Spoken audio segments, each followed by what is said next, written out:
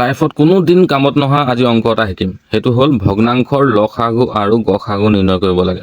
ভগ্নাংশৰ কিন্তু দেই, সংখ্যাৰ লসাগু গসাগু নহয়, সাধাৰণ সংখ্যাৰ নহয়, তাৰমানে স্বাভাৱিক সংখ্যাৰ ভগ্নাংশৰ উলিয়াব লাগিব আমি। এতিয়া ভগ্নাংশটোক ইংলিছত কি কয়? ফ্ৰেকশ্যন, মানে ভাগ, ভাগৰ অংশ। ভগ্নাংশ কাক ক'ম আমি? 5 ভাগৰ 3, 3 ভাগৰ 1, হয়নে? আৰু 4 ভাগৰ 1, এইবিলাকক ক'ম আমি ভগ্নাংশ। এই ভগ্নাংশবিলাকৰ কি হয়? আমি লসাগু উলিয়াব লাগিব বা গসাগু উলিয়াব লাগিব। এতিয়া লসাগু গসাগু উলিওৱাৰ আগত, ভগ্নাংশৰ উলিওৱাৰ আগত আমি চাই ল'ব লাগিব যে আমি সাধাৰণ সংখ্যাবিলাক 5, 3, 4 আমি লসাগু কেনেকৈ উলিয়াম। এইকেইটা উলিয়াব পাৰিলেহে আমি এইকেইটা ডাঙৰলৈ যাব পাৰিম। যদি আমি ক্লাছ A নপঢ়োঁ, ক্লাছ B কেনেকৈ পঢ়িমগৈ? গতিকে ভিডিঅ'টো শেষলৈকে চাওক। ভিডিঅ'টো অকণমান দীঘলীয়া হ'ব। পাৰিলে লাইক আৰু চেনেলটো ছাবস্ক্ৰাইব কৰি দিব, যাতে মই নতুন নতুন ভিডিঅ' আপোনালৈ আনি থাকিব পাৰোঁ আপোনালোকলৈ।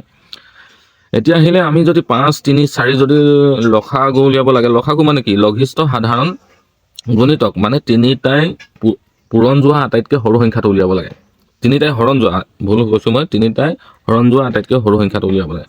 তিনিটাই হৰণ যোৱা আটাইতকৈ সৰু সংখ্যাটো কি হ'ব পাৰে বাৰু? আপোনালোকে কেনেকৈ উলিয়াব? উৎপাদক বিশ্লেষণ কৰিম। 3, 4, এতিয়া 5 কৰিলোঁ বোলে, এবাৰ গ'ল, 3 1 নাযায়, 5 4 নাযায়। মই বৰ সহজ এটা ল'লোঁ, 3 কৰিলোঁ, একেটাই কথা হ'ল। 3 আহিলে, এইপিনে 1 আহিলে, এইপিনে 4 আহিলে, আকৌ 4 কৰিলোঁ, এইপিনে 1 আহিলে, 2 কৰি পেলাই সেইটো কথা বাদ দিয়ক। 5 পূৰণ 3 পূৰণ 4 কৰি দিলে আমি যিটো সংখ্যা পাম আটাইতকৈ সৰু সংখ্যা হ'ব, সেইটো হ'ব লসাগু। কিন্তু কথাটো হ'ল অকণমান আমি বেলেগকৈ চিন্তা কৰিম। আমি কৰিম 6, 12 আৰু 8 এই তিনিটাই হৰণ যোৱা আটাইতকৈ সৰু গুণিতকটো উলিয়াম, যিটো কয় লসাগু। এতিয়া হৈ গ'ল 6 আমি লিখিলোঁ, 12 আমি লিখিলোঁ, 8 সকলোকে 2 হৰণ যায়, আমি জানো। 2 3 বাৰ গ'ল, 2 6 বাৰ গ'ল, 2 4 বাৰ গ'ল, আকৌ 2 যাব, 3 নাযায়, 3 নামি আহিব, 2 6 গ'ল, 3 বাৰ গ'ল, 2 দুবাৰ গ'ল। আমি কি পালোঁগৈ? 2 পূৰণ 2 পূৰণ 2 পূৰণ 3 পূৰণ 3, 2 2 4, মানে 4 2 কিমান? 4 3 গুণ, অ'কে, 2 2 4, 3 2 2 3 6, এইপিনে 9, 3 3, এইপিনে 3 নামি আহিব, হয়নে? 3 4 3 কিমান হ'ল? 12 হৈ গ'ল। 12 লগত 6 পূৰণ কৰি দিলোঁ, 6 বাৰ কিমান হ'ব? 72, হয়নে? এতিয়া এই 72টো হৈ গ'ল ইয়াৰ LCM। ঠিক তেনেকৈ আমি যদি ইয়াৰ গসাগু উলিয়াওঁ, গসাগু মানে 6ক আমি মৌলিক সংখ্যালৈকে উৎপাদক বিশ্লেষণ কৰিব লাগিব। 6ৰ মৌলিক উৎপাদক বিশ্লেষণ কৰিব লাগিব। 6টো আমি কিহে পাওঁ? 3 পূৰণ 2 পূৰণ 1, হয়নে? 3 আৰু 2 এটা আটাইতকৈ অংকৰ আটাইতকৈ সৰু মৌলিক সংখ্যা 2টো, 2 পাছতে আমি 3 পাওঁ। মৌলিক সংখ্যা কাক কয়? যিটো সংখ্যাৰ উৎপাদক সংখ্যাটো নিজে আৰু 1, অৰ্থাৎ 2টো পাবলৈ আমি 2 পূৰণ 1 কৰিব লাগিব। 2টো নিজে উৎপাদক আৰু 1টো উৎপাদক। ইয়াৰ বাহিৰে 2টো উৎপাদন কৰিবৰ কাৰণে, বনাবৰ কাৰণে আমি বেলেগ সংখ্যা ব্যৱহাৰ কৰিবই নোৱাৰোঁ। তেনেকৈ 3টো 3 পূৰণ 1, 3টো নিজে আছে, 1টো আছে। কিন্তু 6টোৰ ক্ষেত্ৰত কি হয়? 6টো আমি কেনেকৈ বনাব পাৰোঁ? 6 পূৰণ 1, 2 পূৰণ 3, এনেকৈ বনাব পাৰোঁ। গতিকে ইয়াত 1 2 3 4টা উৎপাদক আছে। গতিকে 6টোও মৌলিক সংখ্যা নহয়। গতিকে আমি 6ক মৌলিক সংখ্যালৈকে ভাঙি লৈছোঁ, মৌলিক উৎপাদকলৈকে। তাৰপিছত আমাৰ ওচৰত আছে কি? 12। 12ক কেনেকৈ ভাঙিম আমি? এইপিনে 12 লৈ ল'লোঁ, 3 পূৰণ 2 পূৰণ 2 পূৰণ 1, নহয় জানো? কি পালোঁ? 3 2 6, 6 2 12, 12 1 12। তাৰপিছত আমাৰ আছে 8। আমি কি কৰিম? 2 পূৰণ 2 পূৰণ 2 পূৰণ 1, 2 2 4, 4 2 8, 1। এতিয়া আমাৰ গসাগু মানে কি? গৰিষ্ঠ সাধাৰণ উৎপাদক। গৰিষ্ঠ সাধাৰণ উৎপাদক। গৰিষ্ঠ মানে ডাঙৰ, সাধাৰণ মানৰ গোটেইকেইটাতে থকা উৎপাদক মানে যিটোৱে বনাইছে। ইয়াত গোটেইকেইটাতে কি আছে? 2টো চবতে আছে, হয়নে? আছেনে? 2 কেইটা আছে? ইয়াত 2টাহে আছে। এপদ আৰু এটা আছে নেকি? নাই। কিন্তু 1 2 সকলোতে আছে, সেইকাৰণে আমি 1 2 ল'লোঁ। পূৰণ 1 1 সকলোতে আছে, 1 1 আমি ল'লোঁ। 2 পূৰণ 1 কিমান হ'ল? 2 হ'ল। তেতিয়াহ'লে গসাগু কি হ'ব? 2 হ'ব। এনেকৈ আমি সাধাৰণ সংখ্যাবিলাকৰ গসাগু লসাগু উলিয়াই লোৱাৰ পাছতে আমি যিটো ক'লোঁ যে আজি পঢ়িম, ফ্ৰেকশ্যনটো, মানে ভগ্নাংশৰ লসাগু গসাগু, সেইটো উলিয়াব পাৰিম। ভগ্নাংশৰ লসাগু গসাগু উলিয়াবলৈ হ'লে 2টা নিয়ম আছে। আপোনালোকৰ স্ক্ৰীনত দেখি আছে। নিয়ম 2টা হৈ গ'ল, LCMৰ কাৰণে লসাগু উলিয়াবৰ কাৰণে LCM অফ নিউমেৰেটৰ্ছ, মানে আপোনাৰ লবৰ লসাগু উলিয়াব লাগিব। প্ৰথমটো কি আছে লসাগুৰ সূত্ৰটো কি আছে LCM, ওপৰত আছে লসাগু কাৰ লাগে, লসাগুৰ কাৰ লাগে লবৰ, লব কোনখিনি কয় ওপৰত থকাখিনি, আৰু HCF কাৰ লাগে, HCF মানে গ হা উ, কাৰ লাগে ডিনমিনেটৰ্ছ মানে হৰৰ। আমি সেইকেইটা চাব লাগিব।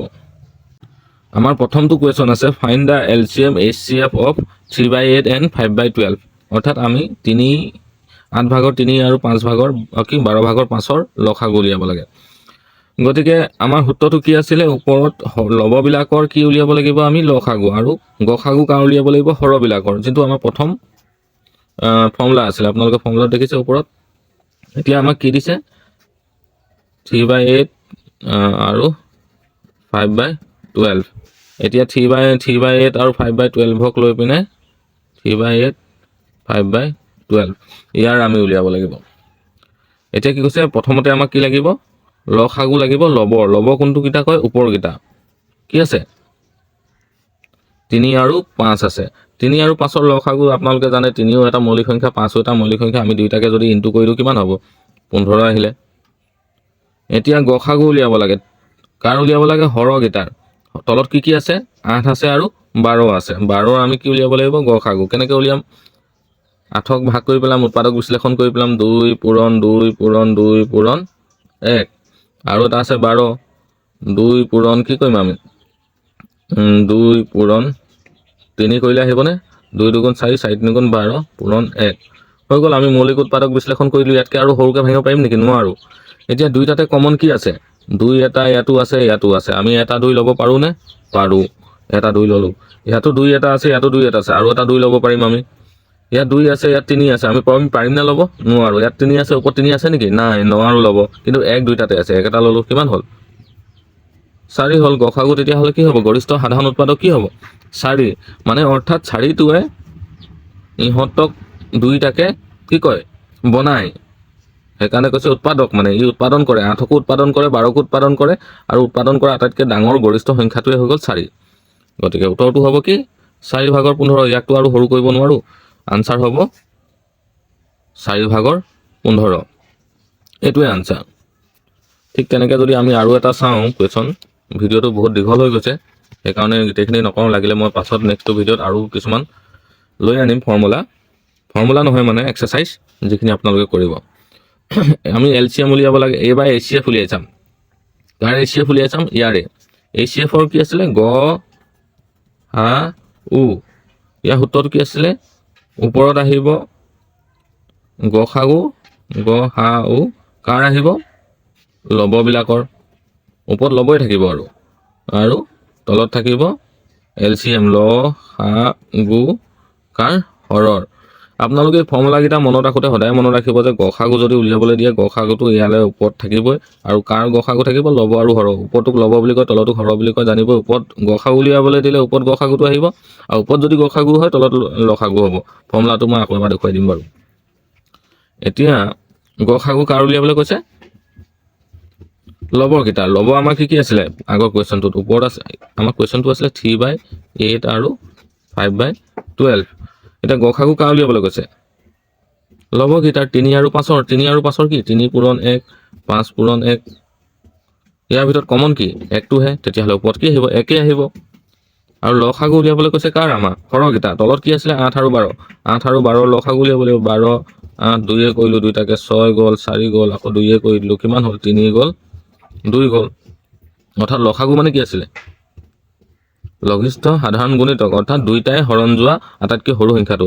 2 2 গুণ 4 4 2 গুণ কিমান 4 3 গুণ 12 2 বাং 24, তলত হ'ব 24, অৰ্থাৎ 24টোক 8এও হৰণ যায় 12এ হৰণ যায়, 12 দুবাৰ যাব 8 কেইবাৰ যাব 3বাৰ যাব হয়নে, 8 3 গুণ 24, তেতিয়াহ'লে শুদ্ধ উত্তৰটো হ'ব 1/24। গতিকে আপোনালোকে কিমানখিনি বুজিলে নুবুজিলে নাজানিলোঁ, কিন্তু আপোনালোকক ফৰ্মুলাটো আকৌ এবাৰ দি দিছোঁ যাতে আপোনালোকে ভগ্নাংশৰ প্ৰেক্টিচটো কৰি থাকিব পাৰে। যদি আমাক যদি লসাগু উলিয়াব দিয়ে, LCM মানে কি হ'ল লসাগু উলিয়াব দিয়ে কাৰ ভগ্নাংশটো যদি আমাৰ এনেকুৱা ধৰণৰ হয়, তেতিয়াহ'লে কি হ'ব এই LCMটো ওপৰলৈ উঠি গুচি যাব, ইকুৱেল টু এলচিএমটো আপোনালোকে ওপৰত লিখিব আৰু ওপৰটোক এইটোক হৰ বুলি কি কয় লব বুলি কয় ওপৰটো লব তলতো হৰ সেইটো লৈ টেনশ্যন ল'ব নালাগে সেইটো সদায় দুইটাৰ ক্ষেত্ৰতে একেই থাকিব ওপৰত লব থাকিব তলত হৰ থাকিব টেনশ্যন নল'ব খালি এলচিএমটো ওপৰত ঠাই দিব এই এলচিএম উলিয়াবলৈ হ'লে এলচিএমটো ওপৰত ঠাই দিব ওপৰত এলচিএমটো উঠি যোৱাৰ লগে লগে তলত এইচচিএফটো গুচি আহিব এইটো টেকনিক আৰু ঠিক তেনেকৈ এইচচিএফ উলিয়াবলৈ দিলে এইচচিএফটো ওপৰলৈ গুচি যাব এলচিএমটো তললৈ গুচি যাব তাৰপিছত আমি ভগ্নাংশৰকেইটা ধৰি লওক 3/8 5/12 আছে নহয় এই হৰকেইটাৰ আমাৰ যদি লসাগু এলচিএম উলিয়াব দিয়ে এলচিএম উলিয়াম এইচচিএফ উলিয়াব দিলে এইচচিএফ উলিয়াম উলিয়াই পিনে আমি তলত পাতিম ঠিক তেনেকৈ 3 আৰু 5ৰ যদি লসাগু উলিয়াব দিয়ে ওপৰত পাতিম গসাগু উলিয়াব দিলে ওপৰত পাতিম এইটোত এনেকৈ আমি কৰিব লাগিব কুৱেশ্যন অলপ আছিলে মোৰ ওচৰত কিন্তু কথাটো হৈ গ'ল ভিডিঅ'টো বহুত লম্বা হৈ গ'ল বহুত মানুহে আধাতে এৰি দিয়ে আৰু ময়ো মানে বুজাব পাৰিছোঁ নে নাই পৰা সন্দেহ আছে মোৰ নিজৰ ওপৰতে সন্দেহ আছে গতিকে ভিডিঅ'টো যদি শেষলৈকে ইয়ালৈকে চাইছে তেতিয়াহ'লে আপোনালোকে ক'ব মই আমাৰ নগেন খগেনৰ লিখীয়া বুজাই আছোঁ নে বেলেগৰ লিখীয়া বুজাই আছোঁ বাকী ধন্যবাদ।